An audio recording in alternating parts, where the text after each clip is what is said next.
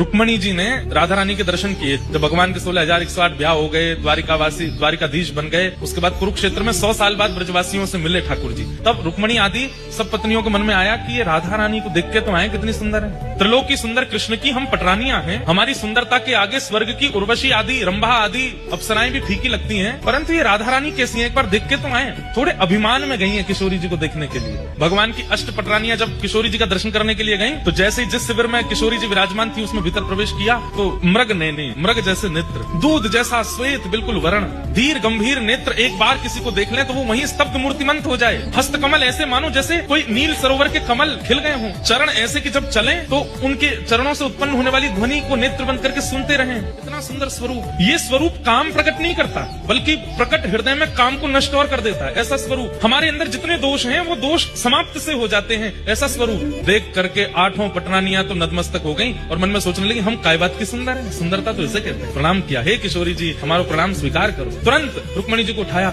मैं राधा रानी नहीं हूँ, मैं तो दासी हूँ। राधा रानी भीतर है, किशोरी जी तो भीतर विराजमान है। 8 में से 4 तो वहीं से लौट गए। बोले जब दासी की सुंदरता हमसे सहन नहीं हो रही है, किशोरी जी को कहाँ देखेंगे। 4 ने प्रयास किया और भीतर गई तो बाहर जिसे देखा उससे भी अतीत सुंदर। बाहर वाली की सुंदरता तो दोष नष्ट कर रही थी, अंदर जिसको देखा उससे दोष नष्ट तो हुए बल्कि गुण प्रकट होने लगे। दया, प्रेम, शीलता, ये सारे जो अच्छे गुण होते हैं उसका दर्शन करके वो प्रकट होने लगे। बोले निश्चित किशोरी जी ने प्रणाम किया। बोले आप किशोरी जी? नहीं नहीं मैं दास। किशोरी जी भीतर है। 2 वहां से भी लौट गई। बोले कि अब किशोरी जी को नहीं सहन कर पाएंगे हम, ये तो दासियों ने हमारे मान का मर्दन कर रखा है, किशोरी जी क्या करेंगे। कहते हैं अंत तो गत्वा रुक्मणी जी पहुंची बस। और जैसे ही रुक्मणी जी ने प्रवेश किया, असंख्य, संख्या गिनी नहीं जा सकती, इतनी असंख्य सुंदरियां चारों ओर बैठी हैं। और उन सबकी सुंदरता में विशेषता यह है एक की भी सुंदरता काम प्रकट नहीं कर रही है, सबकी सुंदरता गुण प्रकट कर रही है, नेत्रों से अश्रु प्रकट कर रही है, दीनता प्रकट कर रही है, दैन्य प्रकट कर रही है। और उन सबके मध्य में एक सिंहासन पर तप्त कांचन गौरांगी